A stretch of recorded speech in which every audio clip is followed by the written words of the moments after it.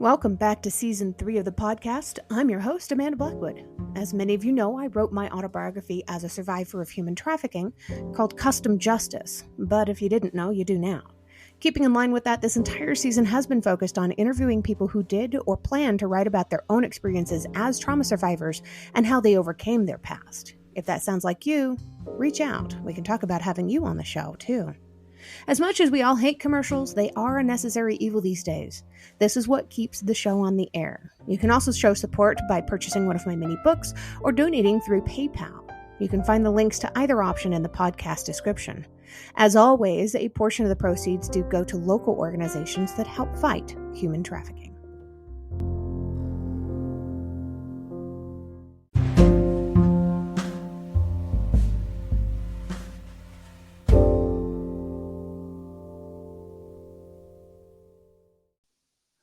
Ladies and gentlemen, welcome back to the podcast. As always, I'm your host, Amanda Blackwood. I have an amazing man with me today. His name is Steve Wilson. Steve has been through some crazy stuff. And I'm going to preface this right now by letting you guys know, if you hear a little bit of the stuffiness in my nose, I do have a little bit of a cold, but I will beat this, just as we beat everything that we go through, right? Steve, welcome to the show. I'm very excited to have you with me today. Thank you. Me too. So, Steve, tell us a little bit about who you are. Where did you grow up? What was your family life like? Well, I grew up in Delaware, Ohio, which is about 20 miles from Columbus. I had a brother and a sister. And Delaware is a small town. About that time, it was about 15,000 people. Now it's probably 30 or 40. Wow. But had a pretty good upbringing until one day when I was 9, I got sexually assaulted. Oof. And I didn't tell anybody, didn't know what the hell to do. And I didn't know why he did it to me or what he was doing. But he did. And so I told no one for 30 years. And that kind of started me on a downhill trajectory, and things went south from then. Yeah, it usually does. Yeah. How did you find that it was affecting you in your everyday life by not being able to tell anybody? Well, first of all, I wasn't sure what happened. I didn't know a man would do that to another man. So I kind of blamed myself, which was stupid, but that's the first thing I thought. And I figured that everybody would laugh at me if I brought it up. So I didn't. And I had my first depressive episode later that year, and it was pretty bad. And things just went south, as I said, and I didn't care about doing my classwork. I'd always been up in the top of the scholastic area, and I just didn't enjoy anything. Yeah. I went from an all-A student to almost failing the 4th grade. So Wow. it was pretty bad. And I didn't care about my friends, my family. They didn't know what was going on. They were oblivious to everything. So that didn't help either. Yeah. Yeah. Do you think that back then, if you had opened up to them, that your family would have been supportive of you? Or do you think it was something that people really didn't talk about enough? They wouldn't have known what to do? Well, I'll tell you, my belief is that people would say, well, go take a walk or go see a movie. You'll get better. Yeah. That was 1958. Wow. I'm 74 years old. And I doubt if anybody would back then know how to react. Right. They just think I was lazy or whatever else goes with that. Yeah. Did you enjoy sports or anything when you were a kid? Did you have anything like that as an? Yes, I was a pretty good basketball player, although not great. And I was a very good golfer. Wow. Um, I It's an in unusual sport for somebody so young. well, I don't know how much I played when I was 9, but I began playing later on. You have Yeah. to realize with bipolar, which I didn't find out it was for many years, Wow. um, comes and goes in waves, and it can hit and be very bad, very lonely, very dark for 2 or 3 months, and then it can ease off for 2 or 3 months. So there are normal times and there are really bad times. So Yeah. that's just the way it works. Right. Right. And my brother has bipolar, and I know that until he found the right medication, things were really rough on him. I can't imagine going through that as a kid that's already experienced trauma and you're going through this. Well, That's a yeah, lot. it That is a would lot. have been better if they had medications, Yeah. but I didn't even see anybody Wow. for, let's see how long, 12 years, something like that. See, Oh it my gosh. really hit badly after I graduated from college. And they diagnosed me as severely depressed, gave me medications for depression. They made things worse. I reacted if I had the flu, my Oof. depression got worse. And that was 1971 or 72. I was getting worse and worse. Wow. And finally, in 78, 7 years later, my psychiatrist said, "Oh, I might have made a mistake. Maybe you're bipolar." Well, I didn't know what bipolar was. Plus, I didn't appreciate him waiting 7 years. Yeah. Pretty stupid. But anyway, he gave me lithium and it worked right away. Now, it Wow. didn't get me back to normal. It probably got me 50% of the way there, but now I could function. Wow. That's awesome. So in our original correspondence, you'd mentioned something about how you had a lot of anxiety surrounding trying to go out for football, and you did something really um, just absolutely shocking to be able to get out of it. What did you do to get out of playing football? Well, you have to go back because I went out for football. I was a decent football player in elementary school, so I thought I'd go out for football. But the first thing that happened, I didn't like it because it was different than elementary school. It was a lot of physical hitting, and I'm not into that.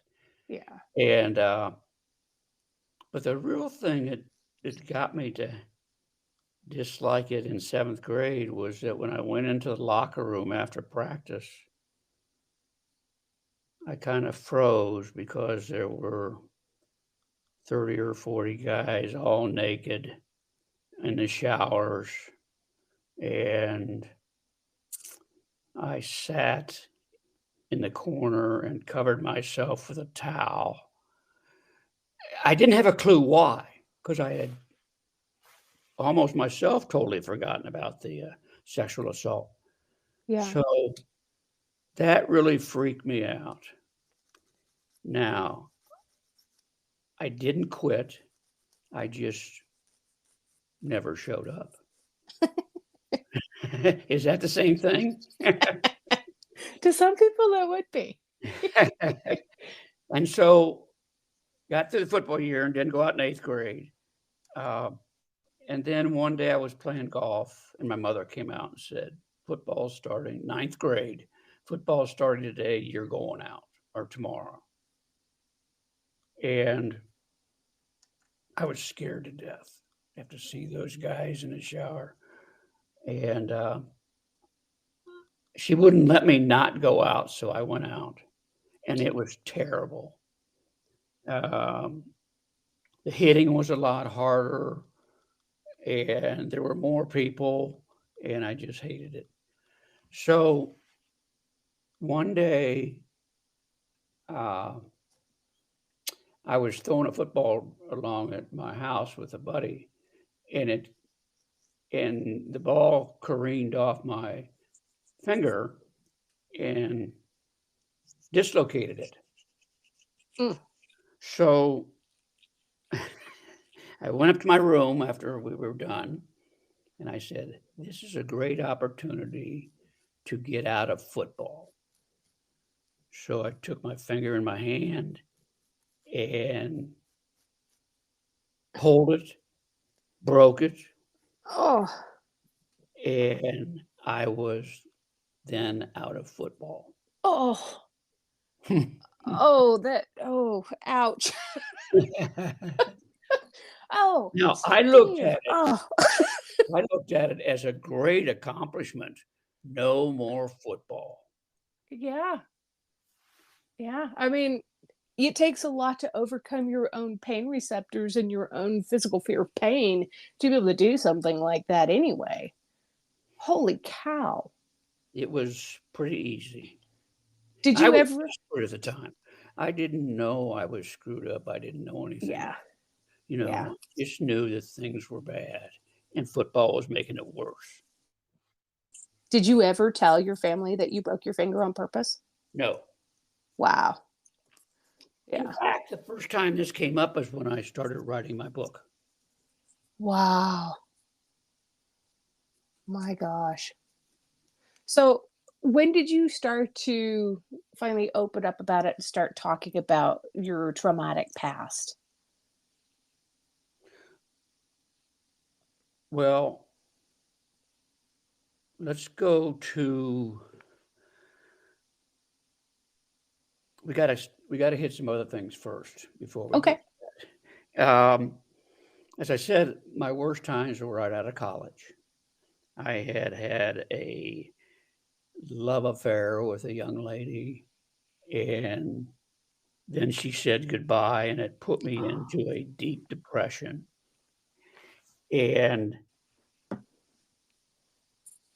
one day, I was at my parents' house, and we were having a barbecue. And now I've got to preface this again. My dad and I were not friends. We weren't enemies, but we had no relationship at all. yeah. And as I go back thinking about that, I don't really know why, but I really disliked him. So anyway, I was at this barbecue and I was cooking the hamburgers, and he came over to me and he shoved me out of the way and says, "You don't know what the hell you're doing. I'll cook them." Uh, So there was a knife on the grill, and I picked it up. And the next thing you know, I was on my way to the hospital, Harding Hospital, which was a psychiatric hospital about 15 miles away oh. from our house. Now, to find out what I did, you have to read the book. What's the name of your Teetering on a Tightrope, My Bipolar Journey. definitely sounds like you were teetering on a tightrope there. That's a scary moment. Did you know in that exact moment what you were doing, or was it a blackout scenario where you really couldn't control yourself? Well, it was an impulse feeling, but I I don't want to tell what I did, but Right. safe to say nobody got hurt. Okay. So I was in the hospital for 3 weeks. It was not a hospital like you think of today. It was called Harding Hospital. It had been around for, see, that time I was 70 years. And Wow. it was a special hospital where They had tennis courts, a basketball. They had you in not confined so much. The doors were locked and all that, but you didn't have the feeling of being trapped. There was pool. There were all kinds of things, Wow. and they had this belief uh, that work and physical activity would help get over the depression. Remember, I wasn't diagnosed with bipolar yet. Right. So anyway, I was there for 3 weeks. They did some unique things, and I did get better. And I got a medication that kind of worked, but not really well. And Yeah. after that, I got out, and it was a rough. Let's see, that was 71. That was when it was the roughest the next 7 years. And I got Wow. married in 72, and we've been married for 50 years. And how the hell she put up with me, I'll never know. Well, congratulations on 50 years. That's kind of Thanks. amazing in itself. It is. And I had somebody tell me the other day that my wife, Lenny, must be a saint. But you know what? Nobody knew what was going on. Nobody had a clue. Right. But she So, loved you enough to stick around. yeah, she's amazing. Yeah. That's pretty amazing. So, what all have you done since that, like, really truly scary part of your life? What have you done to help yourself to move beyond it and to understand it? Well, as I said, the 7 years went by and I got re-diagnosed and Yeah. got better. But the problem was I couldn't keep a job. Now, we had a clothing store in Delaware, and it was a very good one, but I didn't want anything to do with it. I really wanted to be in the golf business, and but I couldn't keep a job. I had a job in the golf business in 73 or 4, and I couldn't do it. I quit 6 months later. Then I got another job and quit 6 months later. I just couldn't do anything. I kind of blamed everybody, and then I quit, and I yelled at them, and it was bad. So I was forced to go into my father's business because I had no alternative. Wow. And that didn't work out. I quit it. Uh, got a job at a big department store out here, quit it. Decided I really had to go endure my dad because I had no alternative. Right. So I did that until 1995, and then I closed that store. And all those years, I was kind of, well, as I said, halfway there. I didn't have any trauma all those years, but it was tough. Right. Well, you didn't have repeated trauma, but you still had the initial trauma that you experienced starting when you were 9, and then the constant triggering episodes as you were growing up. I mean, even though that wasn't brand new trauma, it was still Yeah, traumatizing. for sure. And I tell you, one of the ways the sexual assault affected me most was sexually. Really? I uh, I was in college and I had quite a few. No, I don't know what quite a few would be, but 4 or 5 women that I went with during those 4 years, and I could not perform sexually because I had no feeling. Wow. Now, it wasn't until after the third or fourth woman that I connected the dots and said, shit, this must be from my years ago. Yeah, So that was traumatic in itself. absolutely. Was that an indicator for you that you needed to start digging in and to figure out how to how to try to fix what was going on in your head? No, it, No? it didn't trigger, it didn't do anything for me to think about it or get any help. Wow. Um, the way it the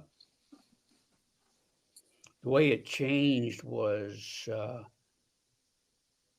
when I was a junior. I met a girl from Columbus.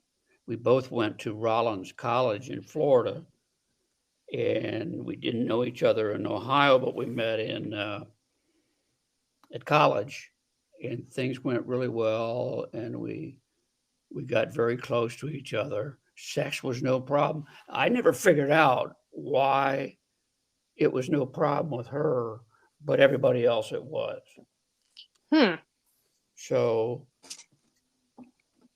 then she dumped me, and 6 or 8 months later, I met my wife, and we've been together ever since. Wow. So it was a good thing she dumped you. Yeah, I didn't think so at the time. Right.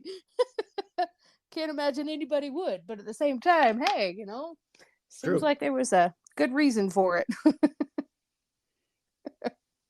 Well, the woman who dumped me um, came back a year later, and I don't know why, but we started talking, and then she said she couldn't do it and walked away. Now, I don't know what she was going to do, but anyway, that put me into the beginning of my 7 year long depression. Oof.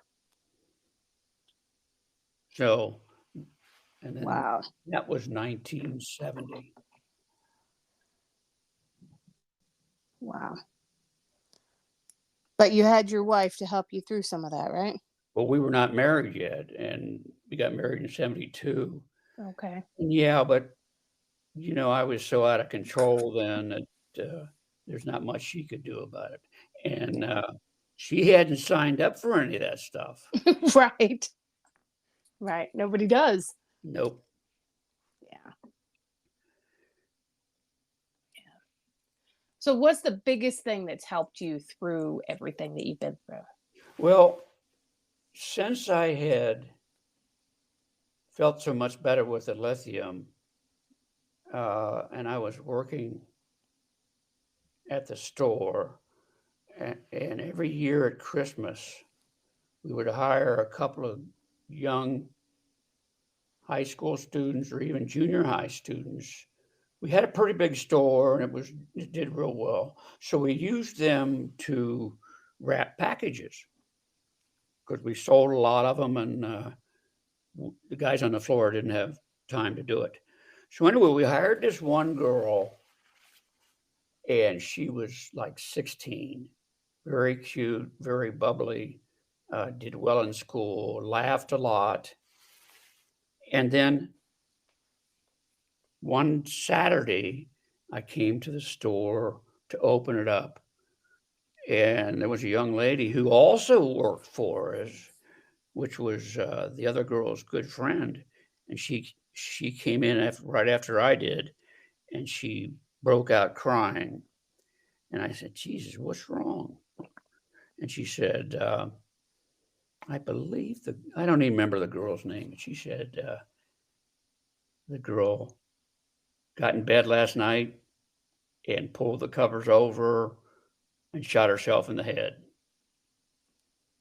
Wow. Now, this was a young girl who appeared to be in perfect shape, and I never knew why she killed herself. Um, but that started me wanting to convey what can happen with depression or bipolar. Right. There's so many mental health problems around. And so I began talking to psychology and health classes at high schools because I was so disturbed by teenage depression. And that went on for a few years. And then we moved out here to Scottsdale, Arizona. And they wouldn't let me do it because they decided I was too old. They didn't want anybody over 35, which was kind of stupid, but that's what they said. So in Wow. 2015, I answered an ad in a newspaper that asked for facilitators for mental health groups. They accepted me, and I've been doing that twice a week ever since. Wow. That's amazing. So that's pretty fulfilling, but I'll tell you, it's really disturbing.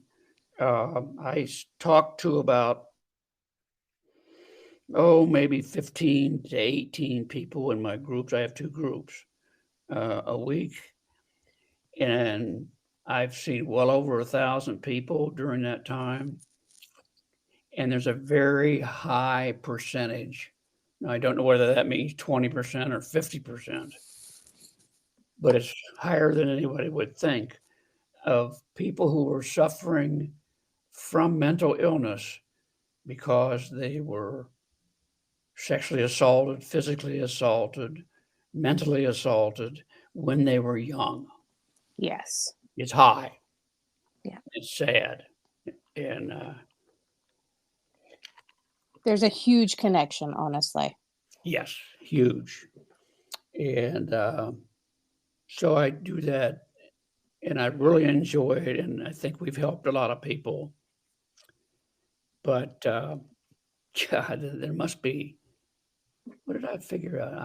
I think the percentage of people who need and uh, suffer from mental illness is like 20% in the world, Hmm. not just the United States. And that's just the people that have actually sought help too. You know, Yes, yes, the estimates for the people who need help and aren't able to obtain it is extremely high. huge. And the reason a lot of people don't find relief and aren't able to live their lives the way they would like to, um, only 50% or a little higher people who are suffering get help from medications. Wow. Uh, and people also don't believe in medication, even though they might have worked for them. So they Right. just don't take medication. And then those who do, a high percentage of them take it for a week, say it didn't help, and quit without talking to their psychiatrist. Right. So there's a lot of blame to go around for why people don't get better. A lot of them just think this is the way it's going to be, so I'll suffer. And there is help out there for them, but they just won't take it. Right. And for those who aren't helped by medication, there are other things like uh, shoot, I can't think of it. But anyway, there are these groups that they can get in that use different methods to calm the depression or the bipolar, and it works. But people don't know about them, not unless they come to my group or other people's groups. Wow. And where can people find more information on that if they're looking for it? Well, they can. The big outfit that is open in the United States is NAMI, NAMI, Right. And for people that are not familiar, NAMI is the National Alliance on Mental Illness. Yes, and there's another one, Mental Health America, and you can just Google these, and they come right up, Right. and you can call them or chat with them, whatever you want to do, but you can get a lot of information from them. Yeah. NAMI, I actually have some firsthand experience with NAMI myself. I'm sitting right here on my desk in front of me. I have a business card for the board of directors and for the president of the Colorado chapter. Oh, cool. Um, yeah, they're amazing people. They can do such incredible things to be able to help people through this journey. Yeah, and there are local groups. The one I assist with for my facilitating here in Phoenix is not NAMI or it's not Mental Health America. It's a group called COPA, and it only works in Arizona, but they do an amazing job. Wow, that's cool. And it's only available to people who live out there in that area? No, um, it's not. I have a couple people who are in Tucson, which is 120 miles from here. Oh, I wow. have one from New Hampshire. We have Wow. one from Michigan. Uh, but I will say all those people found me because they were in Arizona for a while and just were looking here, and then I allow them to keep on when they go back. But Oh, there are that's so neat. many chapters around the United States that you ought to be able to find somebody in your own area. Right. And we do things in the group such as have little outings for lunch or dinner. Uh, so it's a good way to connect. And a lot of people use these groups because they're so damn lonely, and it Yes. becomes their social activity. I would say out of my 25 or 30 people a week, 10 or 12 of them go to about 4 or 5 meetings a week. Wow. They need that sense of community. Yes, they do. That's amazing. And I will say that one of the biggest factors that causes people to get worse and worse is loneliness. Yeah. It is big time problem with a lot of people. I have to really back that up for my own experience too. As a survivor of human trafficking, I was incredibly lonely trying to figure out how to navigate everything that I'd been through completely by myself. The whole reason I started this podcast was because I felt that intense loneliness where I felt like I was the only person in the world that was going through this and had experienced anything like this. I needed that sense of community. So I started reaching out and talking to people like yourself. And suddenly there was a whole new world out there of people that not only understand what it means to go through the trauma, but understand what it means to need that kind of sense of community and want to help. And people like you are really inspirational to people like me. I just want you to know that, Steve. You're Thank you're you. amazing. Appreciate it. Yeah. Well, I've been through a lot, but I've had assists from friends, my wife, my brother and sister.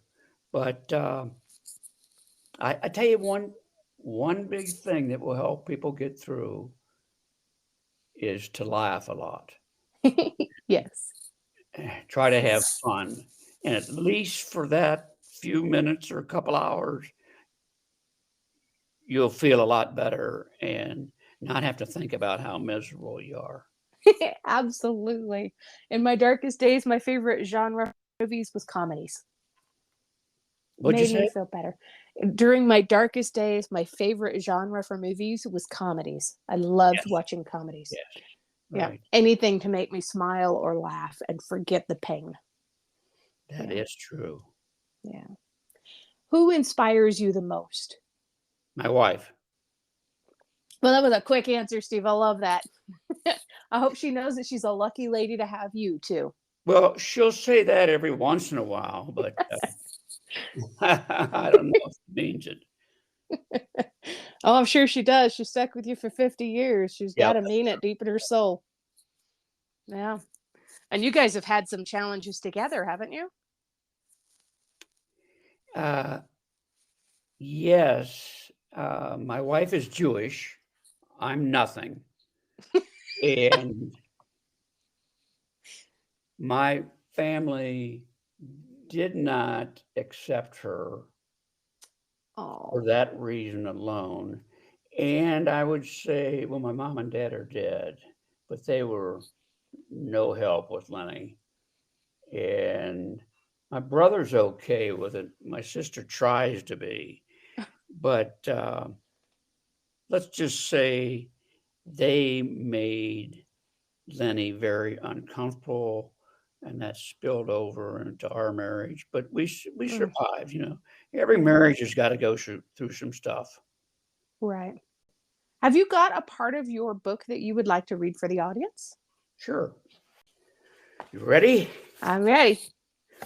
When I was a fun-loving kid of 9, I never dreamed I would face the most terrifying day of my life in a matter of months.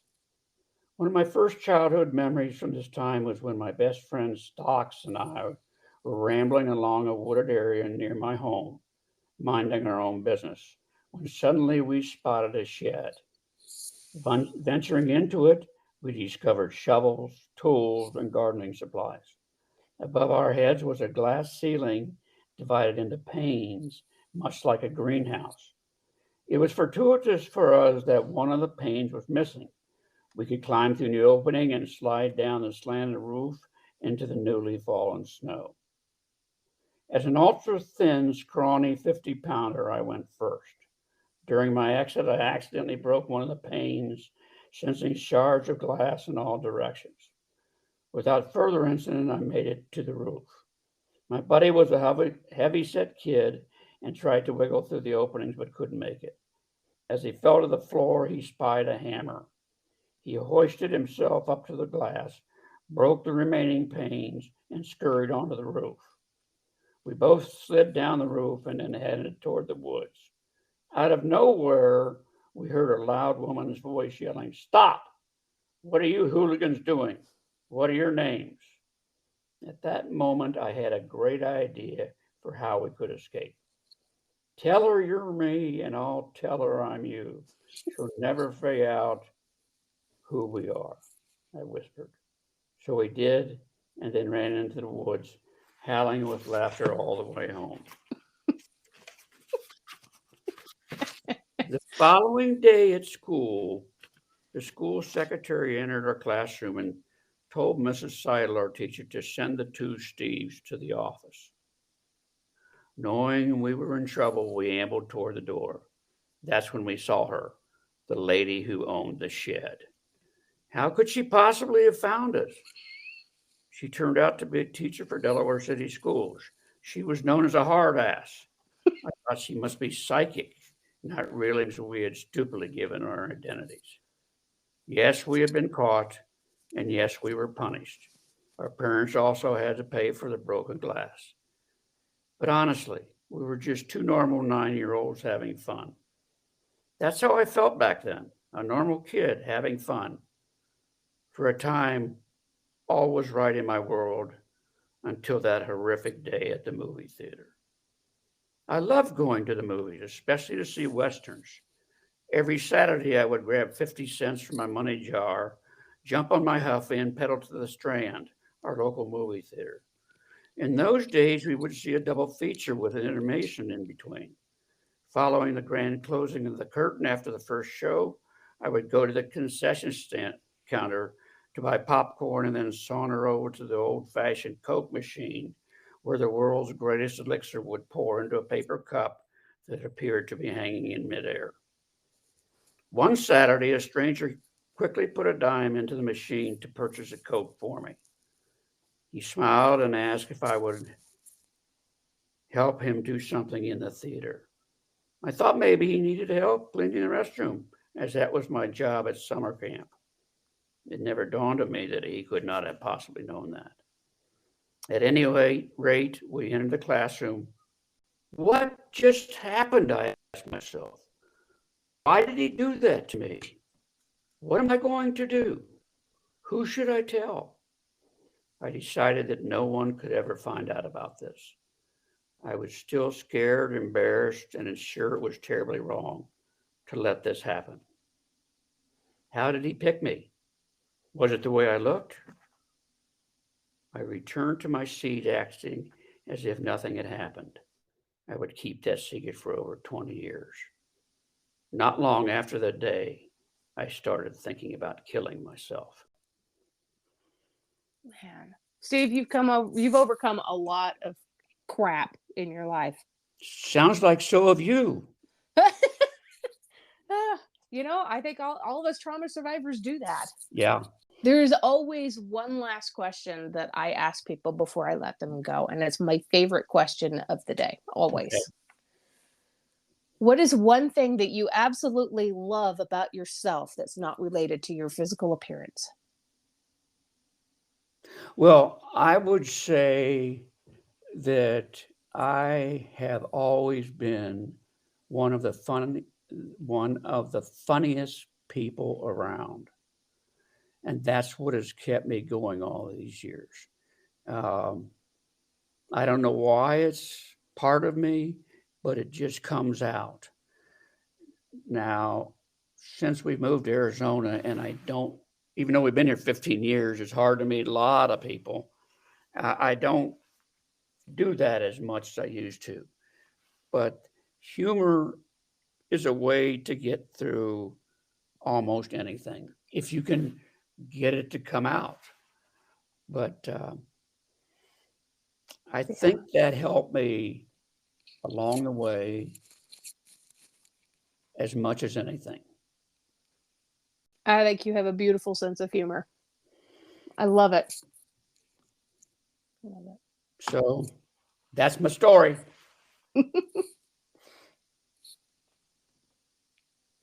And you are absolutely amazing, Steve. I just think you're awesome. But I appreciate that.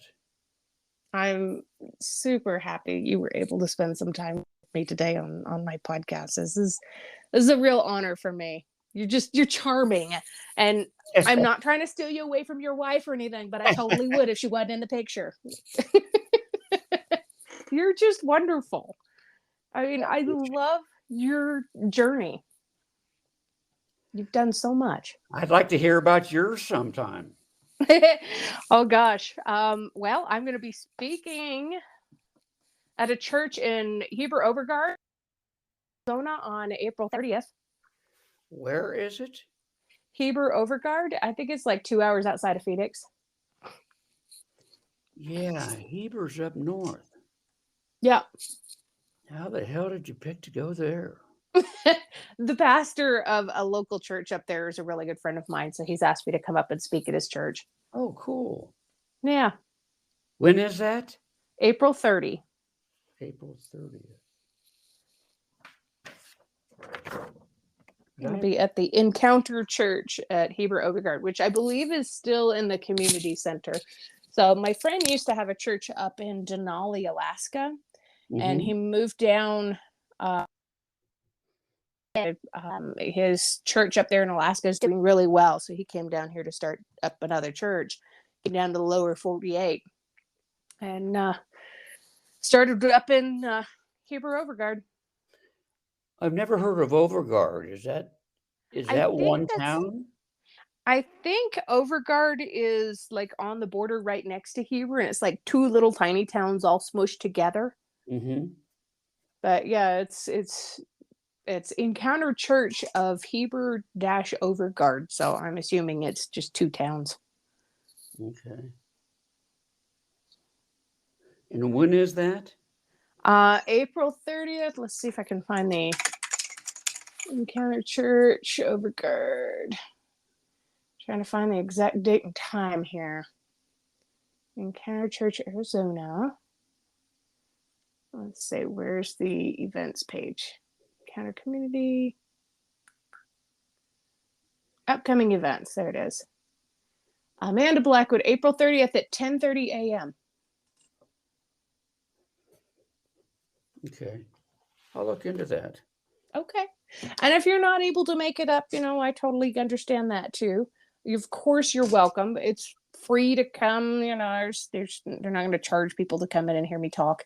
But there's a whole bunch of different interviews and stuff that I've done on different radio shows and podcasts and stuff. You can always listen to any of those if you don't want to come up in April.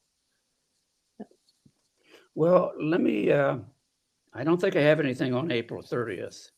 See, being retired is pretty easy to do stuff. Yeah. Because there's nothing to do. Except to go and hang out with your lovely wife. Yes, well, as she always says, what does she always say? Well, I can't remember what that saying is, but like it's one to do 365.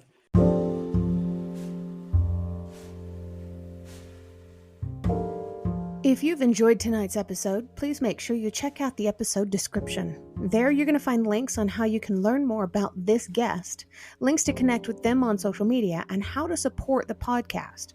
Remember, I don't get paid to do this. My boss is a bit tight-fisted, but I can say that I work for myself. In short, this show really is all about the guest. If you've enjoyed their interview, please feel free to let them know. You can also tune into my other podcast, Growth from Darkness, which is co-hosted by a lovely lady from Australia. We talk about what trauma responses are and healthy ways to move beyond the past. For more information, just go to growthfromdarkness.com.